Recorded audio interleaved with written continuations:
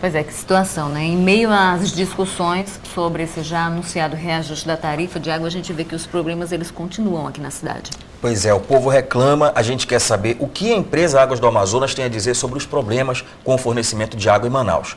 E quem vai conversar com a gente sobre esse assunto é Arlindo Salles, diretor institucional da Águas do Amazonas. Como vai, Arlindo? Tudo bem? Tudo bem. Obrigado por ter aceito o nosso convite. Bom, você viu aí que elogio para Águas do Amazonas hoje não tem nenhum, só tem reclamação, né?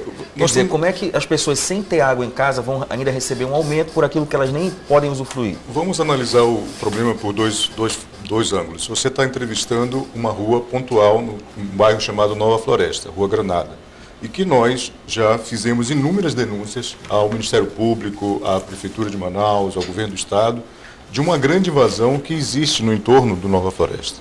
Então, o saneamento de uma cidade ele é composto por ações de outras entidades, né? Nós temos aí problema de invasões que está destruindo o sistema de abastecimento de água do Nova Floresta, não só do Nova Floresta, mas também do Grande Vitória. Foi liberado recursos para que seja construída, feita toda a urbanização dessa invasão chamada Nova Vitória, e até hoje, já decorrido mais de 5 anos, essas obras não foram concluídas.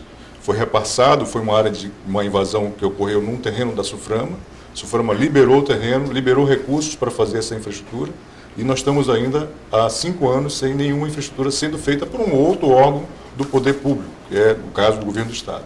Então, você vê, a problemática do saneamento, ela envolve não apenas a água do Amazonas, mas envolve também a estrutura da cidade de Manaus.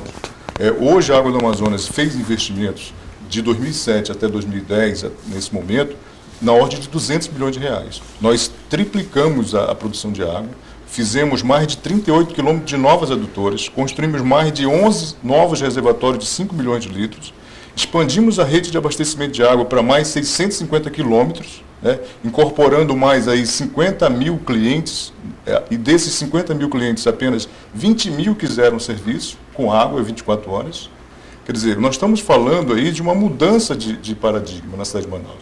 Atendemos hoje aí 400 mil pessoas, 400 mil famílias na cidade de Manaus, com uma água de excelente qualidade.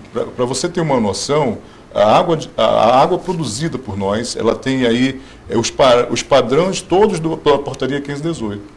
Então nós estamos falando... Isso significa o que, essa portaria? Essa portaria, ela garante que nós estamos levando saúde à população de Manaus. É diferente das pessoas que perfuram poços aí, que tem aí contaminantes na água do poço, não tem cloro, às vezes as suas instalações estão contaminadas, e também provocam todo um consumo exagerado dessa água. O que nós temos que fazer na cidade de Manaus é trabalhar na educação. O governo do Estado está concluindo uma nova estação de tratamento.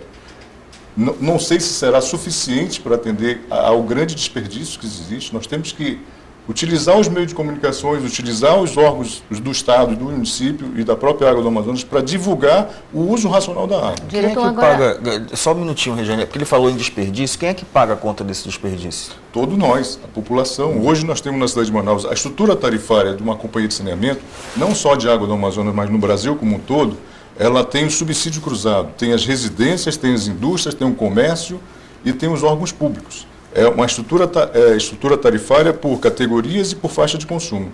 Para você ter uma ideia, nós estamos falando que 1.000 litros de água custam R$ 2,01. 1.000 litros de água. Se você sair da sua casa, for numa taberna na esquina, você vai pagar por 250 ml de água R$ 2,00. Nós entregamos a domicílio, tanto faz ser na Zona Norte, na Zona Leste, na Zona Sul, 1.000 litros de água a R$ 2,00. Ou seja, é preciso que haja mais consciência no uso, uso da água. Dessa água. Agora eu queria saber, diretor, como é que fica realmente a situação dessas famílias? Porque elas estão com aviso de corte. Isso gera um outro problema, que é a questão da restrição financeira, porque o nome fica sujo. Como é que fica a situação dessas famílias? Elas que estão sem água e têm lá a conta para pagar. Todas essas famílias que têm problemas de abastecimento, intermitência no seu abastecimento, é monitorada pela empresa. A agência reguladora também monitora. Nós fazemos um trabalho de melhorar não só o problema comercial, resolver o problema técnico do abastecimento. A partir do momento que o problema técnico do abastecimento é resolvido, nós chamamos essas pessoas individualmente. Essas pessoas, nenhuma delas está com seu nome no Serasa ou no SPC, ou tem alguma restrição de crédito. A empresa faz o faturamento porque existe uma matrícula, existe uma ligação e ela tem água não o suficiente, vamos dizer assim, 24 horas, mas ela tem água que dá para manter a sua sustentabilidade. Às vezes na cidade de Manaus, nessas áreas da Zona Leste, as ruas elas têm declividade muito grande. Numa rua tem água na parte baixa e às vezes na parte alta tem o problema, do desabastecimento. Todas essas áreas elas estão monitoradas, estão sendo acompanhadas pelas nossas equipes e pelas equipes da agência reguladora. Quando se regulariza o abastecimento, essas famílias são chamadas, nós fazemos atendimento itinerante e é feita então uma ampla negociação desses débitos que estão abertos ou comprovadamente que naquele momento, naquele período, elas não tinham o abastecimento regular. Então a empresa ela tem esse cuidado, ela tem feito essas tratativas, já fizemos isso no Novo Israel, já fizemos isso no Mutirão. Estamos fazendo isso em várias comunidades que o abastecimento já se regularizou, estamos chamando essas pessoas para um atendimento itinerante e aí é feito toda uma negociação desse débito. Nós temos pergunta aqui pelo Twitter, o nosso amigo Mourão Eric, que sempre participa com a gente, está aqui assistindo. Muito obrigada pela participação, Eric. Ele diz o seguinte, que existem problemas nos bairros.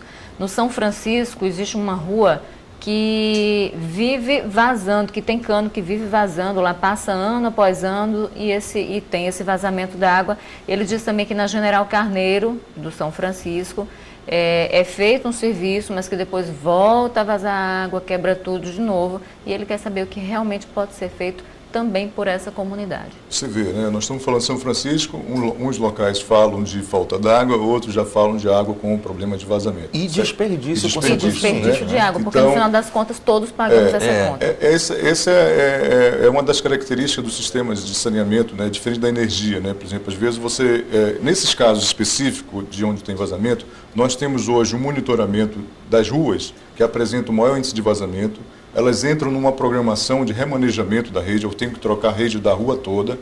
Então, nós temos aí monitorado aproximadamente 30 quilômetros de redes a serem remanejadas. Nós temos ainda mais 100 quilômetros de redes que as pessoas construíram as suas casas em cima da nossa rede, que também isso é um grave problema na cidade de Manaus.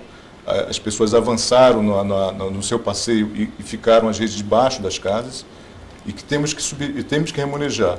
Nós estamos falando, então, de uma sustentabilidade no saneamento que depende de recursos, grandes volumes de recursos, né, continuamente, no abastecimento, na troca da rede, na manutenção da energia, no produto químico. É por isso que, contratualmente, nós temos o direito ao reajuste, para manter esse equilíbrio, para que a gente consiga produzir água de boa qualidade e distribuir na cidade de Manaus.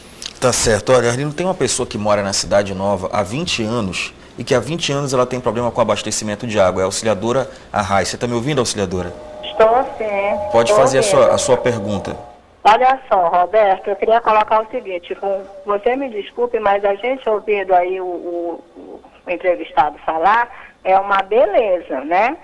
Causa até indignação para o telespectador, porque isso não procede. Eu moro há mais de 20 anos na Cidade Nova, sempre com a falta de água, sempre, nunca tem força para subir para cá, entendeu? Não tem. E aí nós ficamos penando. Eu quero saber o que é feito com os 80% que é cobrado da nossa conta de água, que nós não temos tratamento de esgoto. E se nós não pagarmos, nosso nome vai para o Serasa. Ele diz aí que não vai, mas vai sim. Ok, tá? Muito obrigada pela participação do auxiliador. É importante a gente saber o endereço da pessoa, porque existe problema de pressões pontuais. Mas eu creio que a grande parte da Cidade Nova tem um abastecimento regular, com boa pressão. E com relação ao esgotamento sanitário, toda a área da Cidade Nova ela já foi concebida com rede coletora de esgoto. Então já existe o serviço de coleta de esgoto. É uma área realmente mais nova. É uma área nova, uma área que foi projetada para isso. A empresa fez agora um investimento, recuperou a estação de tratamento de esgoto do Timbiras, que é uma estação que atende à Cidade Nova. Foram investidos mais de 11 milhões de reais nessa estação de tratamento. E todo esse esgoto que é coletado na Cidade Nova, ela é direcionada para essa estação de tratamento de esgoto do Timbiras e aí feito o seu tratamento adequado e descartado no corpo receptor que passa ao próximo ao conjunto. É importante a população saber disso, né?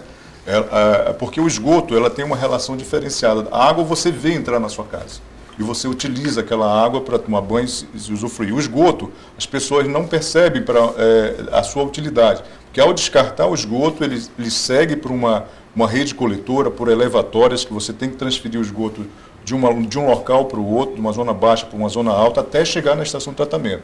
Isso tudo tem custo, tudo tem energia, tem a manutenção nas redes coletoras, na desobstrução dos PVs. A população ainda joga muito material que não é apropriado dentro das redes de esgoto.